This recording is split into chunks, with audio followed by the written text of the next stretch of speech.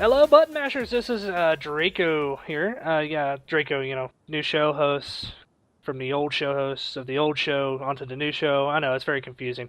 I got a guest here that we haven't had on yet, Kira Buckland, aka Rena Chan. Hi. Now, Kira, do you want me to call you Kira or Rena? Does it matter? It doesn't matter. Oh, okay. Well, Kira, you've been in some anime and a lot of games. You're in the Burning community, and for those of us that are old enough, you've been in Newgrounds community as well. Yeah. You had a website, if I remember right, like it was like a voice acting boot camp almost. Voice acting club. Yeah. Can you tell me a little bit more about yourself, and then we'll go into voice acting club and why you started? When did you start voice acting? What did you generally feel like when you first started it, and also what kind of pushed you towards that? Well, I started voice acting on the internet, obviously. I lived in Alaska at the time, which is where I grew up. So obviously there wasn't really anything in the way of voice acting classes or like actual voice acting jobs you can do up there. But I knew some people through my DDR group in high school who did like fan dubs, like flash animations, things like that. And I was like, wait, because I watched anime and played games, and I was like, oh, I want to do the voices like that, but I didn't know anything about how to go about it. And they said, oh, well, you can do this stuff like online. You record it on your computer and you can send auditions and stuff. And I was like, what? That sounds so cool. So I signed up, and I was really, really awful when I first started. Like, just like the cringe-worthy anime dubs that you think of. Like, that was kind of what my delivery was. Because everyone thinks they're better than they are when they first start. So I'm like, yeah, I sound awesome recording this. And in reality, it was like, I will defeat you. It was really bad. So I didn't get cast very much for like my first few months of doing it, and then I started getting like a few things, and then I found Newgrounds, and I kind of got lucky there because there weren't a lot of female voice actresses on the site at the time. So a lot of times when people needed a girl voice, they would either like pitch their own voice up or try to get their sister to do it or something. And so that was kind of an in there, I guess. I mean, that's kind of, I guess you could say a beginning story to everyone. Like they always suck at everything they try it. They're like, oh, I'm so great at putting this computer together. Why isn't it a bunch of pieces and not together yet? Yeah, I think I don't know, like people have this mentality when they're first starting that, oh, maybe I couldn't be a voice actor because I don't have a cartoony voice, or, well, people tell me I have a good voice, so I should do voice acting. And I think there's way too much emphasis that people place on that when they're just starting out. And in reality, it's not really like that because you can teach yourself to change your voice. You can teach yourself to do all sorts of different voices. The characters that I got cast as the most, and still do, I guess, are like a lot higher and cuter and brattier sounding than my normal voice. And so it doesn't really matter how you sound normally as long as you can make your voice do what you want it to do. Because, I mean, even speaking as like a producer as well here, I would rather cast somebody who has good acting and a slightly less fitting voice than someone who has the right voice tone but can't act and sounds like a robot or sounds like really overacted. There's having a voice like, oh hey, the voice matches, but it's so dull and uh, it's one thing to see good acting because you can see a good actor in just about any movie. Like you're like, oh, why was he cast at this part? He's a much better actor than whatever. Then you have the ones that are like, oh my god, this part's too epic for this guy. He's totally not doing it justice, kind of thing. Yeah. Yeah. Now, let's go ahead and talk about the voice acting club. Why? Like, when did you start that, and what was the purpose behind it? That actually started in, I believe it was 2005. And it was because at the time on Newgrounds, we just had a singular thread. And the way that the Newgrounds forums work, at least back then, I don't know how it is now, was you couldn't edit or delete your posts. So it made it really difficult because obviously I wanted like the first post of the thread to be something like, the rules and how to post an audition and stuff. But I couldn't because I couldn't edit the post and, it got to be like hundreds of pages. So I said, okay, why don't we just make a separate forum? That way we can moderate it as we need to. We can enforce the rules. We can have different audition topics. So it's not just a singular thread that goes on and on forever. And so I did that and then trying to get people to merge over because some people didn't want to create an account on another forum to look for voice actors or this and that, but overall it kind of blew up and then it got a lot of people outside of Newgrounds as well. Well, that's good to hear. I mean, it's good to hear that something like that is popular because, or is growing rather, and becoming popular because it's one of those things where people need to learn how to do what they want to do rather than just like sucking at it. I mean, you could suck at it all day long and never learn anything, or you can learn something from your mistake and get better. Yeah, and sometimes that's just what you got to do is go in and audition for everything that there's a character you might remotely fit. Once in a while, you might even get some good critique out of it, but if nothing else, you're practicing, you're getting your voice out there, and it takes time. Some people kind of pick it up right away, but with others, it's like you have to really work. Definitely take critique because there's a lot of things now that I tell people when they're asking me for critique or advice that I wish I had known when I was first starting out. So, All right, Kira, I gotta ask since we're on the subject of Newgrounds anyway. Um, Brawl taunts. let's go ahead and okay. go there. Brawl taunts. Um, where did that come from? It literally came from me and my friend at the time sitting down in his living room playing Brawl when it first came out and being like, oh, I bet this is something that would be funny if the character said this or whatever. And we were just like playing as the characters and playing stupid things. Like I remember he played Captain Falcon and he was just like, show me a boobs, like doing the taunt. And then we were looking at what the final smashes were because the game had just came out and we're like, oh, we got to see what it is, even though you don't play with those competitively. And so I remember King DDDs. I was just like, what's that? The Big Gay Dance or whatever. And that just kind of like became a thing. And I don't know, like a lot of people obviously later do not really like Brawl Taunts because they say that it was offensive, the humor and stuff like that. And I totally get where they're coming from now, but at the time, for its time, it was like Newgrounds was full of that kind of humor, like 12-year-olds, dick jokes, stuff like that. So Yeah, it was kind of yeah, just writing for that audience at the time.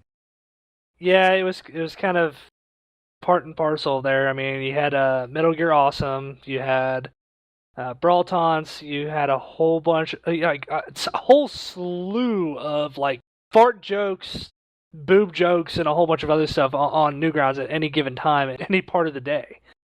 Exactly. And it was just sort of also one of those things where nothing was off limits for us to make fun of. I mean, I remember somebody even got upset because they're like, oh, well, you guys are making fun of like people who play the game competitively. I'm like, hi, at that time I was going to a brawl tournament every weekend. Like I'm one of those final destination no items people. So Nice. yeah, it was just kind of it is what it is for the time. Yeah.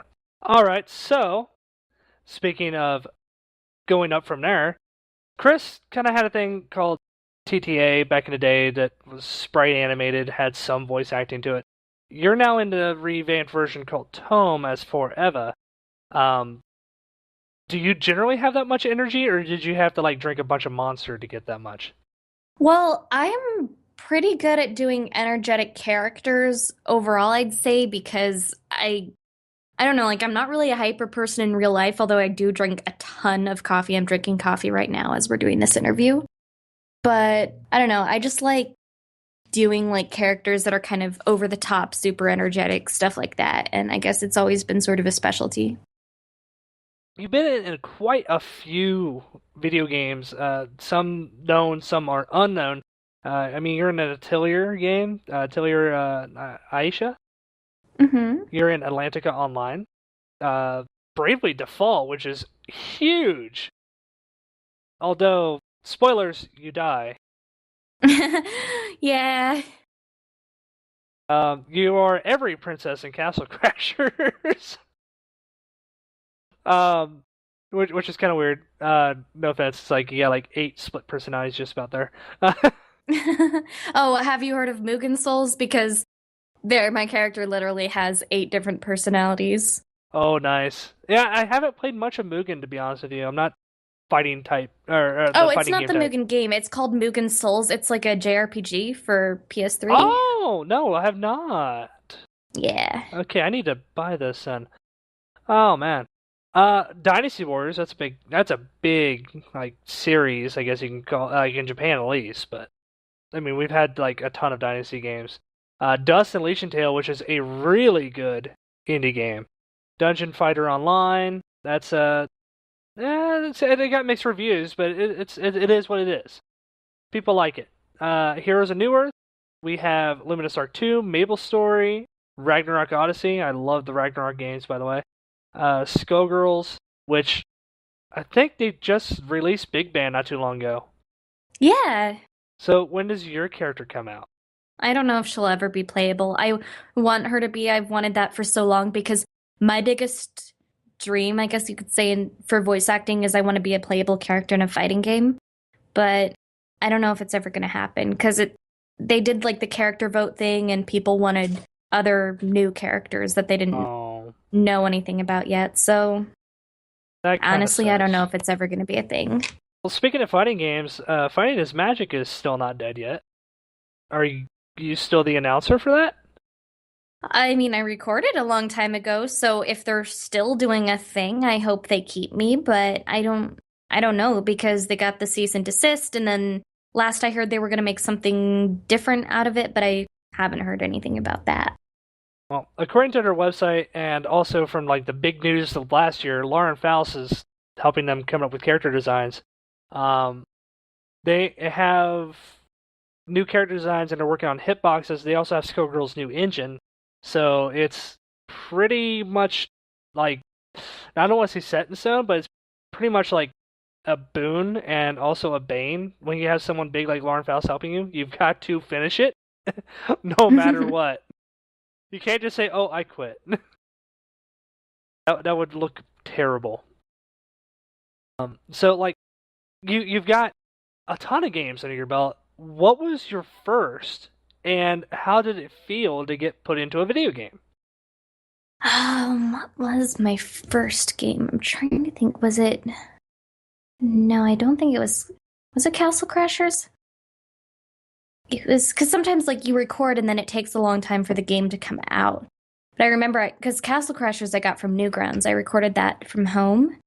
Um, then there was also a game called Away Shuffle Dungeon for the DS that nobody ever played except for me. Like I bought it because I was like, oh, I'm in a DS game. I have to get this.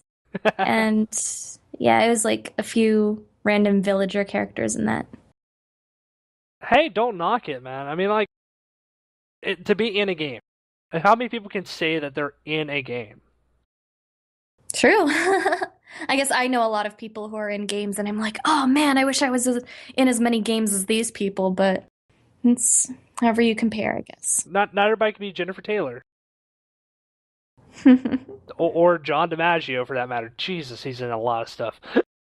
Um, I mean, it's one of those things where it's pretty cool to see you on these games and also in fan projects and whatnot. Now, have you since stopped doing as many fan projects? Because a lot of people might remember your voices from like Colgate and other ponies like Twilight and you did a pretty good Fluttershy if I remember correctly, and a few fan animations. Yeah, now I pretty much, well, actually, Twilight was more the character that I was, I guess you could say, known for, like, sounding like or whatever, but, um, I don't know, these days, because I'm just really trying to get my career going, I kind of dropped out of the whole, like, fan project scene. I'll still voice act, like, for my friends or produce projects here and there with, like, my Tumblr friends, but for the most part, I'm just trying to move on to, like, paid roles and stuff, because it was, like, I would go onto my email and I get all these requests for things with like these short deadlines and it's like a free project kind of thing and it was just like stressing me out because I have a real job. I'm trying to do like my voice acting stuff as well. So it was kind of like, ugh, too much. I can't make everyone happy and then people would be like, "Where are my lines? It's past the deadline." I'm like, sorry." Uh, Yeah, so I just had to cut back for like my own sake, I guess. yeah, I could definitely see that happening. That's something that is all too common for people trying to Mhm. do a professional and a fan project at the same time. It's nothing anybody can blame you for. Yeah, but I mean, hey, for people who want to commission me, my rates are super cheap. Like here and there, someone will be like, "Hey, I want your Twilight voice for something. Here, I'll pay your commission rate." And it's like, okay, cool.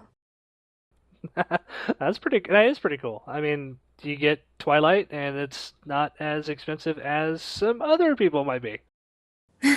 Yeah, I mean, literally, like for people who want to commission me, I only charge 50 cents a line for like fan projects. So you want me to do 20 lines? That's like $10, 2 cups of coffee. 2 cups of coffee. There you go. I measure everything in coffee. I have a fascination with that. I think it's more of borderline addiction. Yeah, true. Do we need an intervention, Kira? Do we need to come there and just, hoard all the coffee so you can't get it? And then the town No, burned I down. like my coffee. LA was on fire for days. Oh man, that would be weird. But okay. So question: you're in some pretty well-known anime like Blue Exorcist and Moribito. Yeah. How how did that go? I mean, that must be different than what you're used to with video games because you gotta match the mouth flaps and whatnot as well. How was that different from I guess I could say Japanese games in a way? Like the difference of anime versus games recording? Yeah, like the difference between anime and well, Japanese games and anime. What was the difference? Because transferring it from Japanese to English, where Japanese can have shortcuts and English can't really. What was the similarities and differences? The timing is the big thing for anime because a lot of times, I mean, I've noticed people are very quick to say, like, oh, I hate the way this voice actor delivered this line in the dub or whatever. But a lot of times, dubbing is more about timing than trying to get the performance just right. I mean, if they have the budget for it and you have a good director, they will still work with you after you get the timing down to try to get the line just right as well. But for the most part, you can have a great read, and if it doesn't fit the mouth, like you read it too fast or too slow, then they can't use it. So, at least how it's been done where I work is they'll have like 3 beeps and then they'll play the line in Japanese and then 3 beeps again and you do the line in English. And, sometimes that little amount of time you get to see the Japanese preview is not enough time to like rehearse the line and figure out the timing. So there's a lot of trial and error, but you kind of get better at it as time goes by. And I guess, yeah, there's just like a lot less freedom in how you deliver the lines because you're so worried about the time constraints. For games, occasionally they have timed scenes, like if it's a cut scene where the characters have mouths and then you have to match that up. But for the most part, even if the game was originally done in Japanese, it'll be like visual novel style for the dialogue. So you'll see a picture of the character, but there won't be a mouth you have to match up. So maybe you'll hear the original line in Japanese for a reference, but you don't have to match the timing. And so you have a lot more freedom with how you approach the line. Like if you want to pause at a certain place or this or that. Like, because sometimes when you're reading a line, it just feels more natural to like pace it out a certain way. But when you're going with the way that the mouths were originally animated in the Japanese, you don't have that option. You just have to go with what's there. That's something I keep hearing over and over again when I interview voice actresses that have not only video game but also anime roles as well. So have you ever gone into a voice recording and stand next to someone that you just like not at the time of recording, but afterwards, like, oh my god, I totally just recorded with blank. Um, yeah, like I don't know, it's really cool to see the rest of the cast. Like if I see, a trailer for a project that's coming out or this and that, because most of the time when we go in, we don't know who else is in the cast. Like maybe if they already recorded and we hear their lines during like the preview, it'll be like, oh, I think that's this person. But for the most part, you don't know who the rest of the cast is when you're recording. All right, I got a question from Osaka Jack. How many different versions of have you had to say? Um, Not really a lot because I haven't done like most of the games I've done have been more like JRPGs and things like that. So there's not really so many efforts that go into it. I mean, I always hear voice actors complain about having to do efforts because I guess it hurts their voice. And I'm like, oh, I want a game where I get to do battle efforts. That sounds fun. But then you could possibly get a role where you're like Danielle McRae and you're doing a death throaty voice. Yeah, that seems like it would be hard. I mean, I've been trying to work on doing the sort of voices that kind of hurt to do so that I can do them without hurting. Like, I guess a good example is Rainbow Dash, for example, because she was originally like my favorite pony when I first saw the show, and I'm like, oh, her mane is so cool, and I want to she was the first pony I ever cosplayed, and I was like, oh, Rainbow Dash is so awesome, but I can't do her voice at all because it's very, my voice is more like Twilight's, the kind of voices that Yeah, I'm usually cast as, and then Rainbow Dash has like this gravelly kind of thing going on, it's got a and I grunge. just could not do it. And then now I can kind of do Rainbow Dash without it hurting, but it took a while to kind of get that going. Yeah, it's definitely got a grunge to it, and it's not for amateurs, I guess you could say. It's kind of like Billy West doing Popeye and trying to explain it at the same time and teach people how to do it. It's like I see what you're doing, but I can't do that. It's also kind of how like certain qualities that your voice has because some people just have scratchier voices. Like, I mean, I've seen Ashley Ball in person. Like, I've gone to a couple of Hey Ocean concerts and stuff like that. And even when she's just singing or talking as herself, she kind of has that thing going on, like, just without trying. Like, that's just her voice. And so she kind of turns that up a little for Rainbow Dash and makes it work. But it's like, for me, I don't have that. So it's like, okay, doing something like Twilight is easier, but, and same thing for maybe if someone had that kind of voice and was trying to do like a Twilight or Pinkie Pie kind of voice. It's just like different people have different strengths and weaknesses, but you can still Hmm. kind of learn to do things outside of your comfort zone. If that makes sense. I'm sorry, I'm Oh no, talking it a makes lot. sense. No, it makes sense, and it's perfectly fine. Talk, you talk, talk, talk, talk. It's okay. It's about you. This is an interview for you. It's okay. Although I'm going to reminisce a little bit. I do remember meeting you for the first time at Canterlot Gardens in 2012, up in Strongsville, Ohio. Oh, cool. Met you, and I actually got to meet Meredith for the first time too, and she is short. I know. Oh man, and that was such a weird con. It's like, oh hey, PonyCon. Oh, what the hell is Jennifer Tyler doing here? Or Jennifer Taylor, sorry. What? Christina V's here? Oh man, there's a whole entire convention of like, I don't know what's going on exactly, but this is awesome. Okay, so have you gone to Evo then? Since you're Yeah. into the video gaming scene? Okay, Yeah, so what's Evo like? it's big and loud. I went I've gone a couple of times, but in 2010 I went and dressed up as Juri Han from Street Fighter and that was really fun. You do like the cosplay, that's for sure. I've seen you in Rainbow Dash and Twilight. So what's your favorite cosplay to do? It's the one I just got in the mail the other day. Oh, we're not going to get any spoilers, are we? No, I already posted like pictures of it and I got the wig before, so I posted pictures of the wig on every social media site ever because I was really happy with it. I couldn't tell that little squee of happiness just kind of like didn't paint the picture for us at all. Okay, I when I get into certain things, I just get really, really into them. Like, I mean, I have a long history of like my fandoms and whatnot, but it was like I was like My Little Pony, and then I got super into Homestuck, and now it's a show slash manga called JoJo's Bizarre Adventure, and it is the best thing you will ever watch or read in your entire life, and it's so amazing and fantastic. And I'm cosplaying one of the characters from that.